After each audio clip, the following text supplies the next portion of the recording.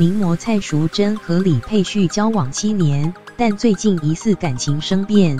蔡淑珍被拍到和小她15岁的医生当街拥抱，李佩旭脸书发文表示尊重，让外界引发联想。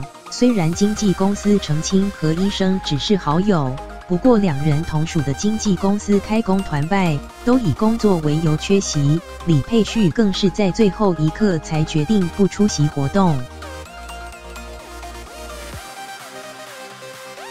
司仪平安吉利圆满，一拜模特儿公司开工团拜，但就是没看见银色情侣档蔡淑珍和李佩旭的身影。尤其李佩旭原本列出席名单内，却在最后一刻以工作为由临阵脱逃，留下同公司的好友解释两人的近况。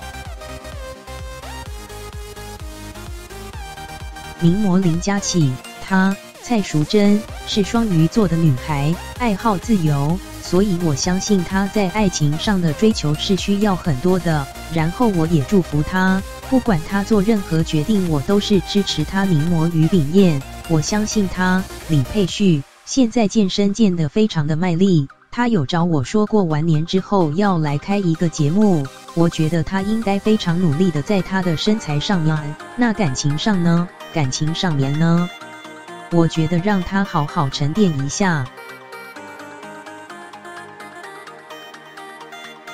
蔡淑珍被拍到和小15岁的医生拥抱共进餐后，即使经纪公司出面澄清两人是医生和病患关系，拥抱只是安慰的举动，但李佩旭脸书发文，引发外界产生联想。13日下午上传一张自拍照，写下粉饰2个字，仿佛对蔡淑珍的解释另有所指。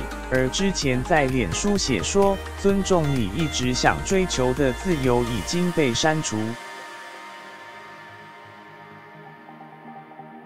名模于炳彦，佩旭其实我觉得就是我们虽然没有那么常在联络，但是相信我们都会彼此知道彼此的心情。好友低调表示不愿多说，但看得出是有蹊跷。李佩旭和蔡淑珍交往7年，一度论及婚嫁。之前李佩旭也和师妹曾志熙互动亲密，蔡淑珍相信力挺。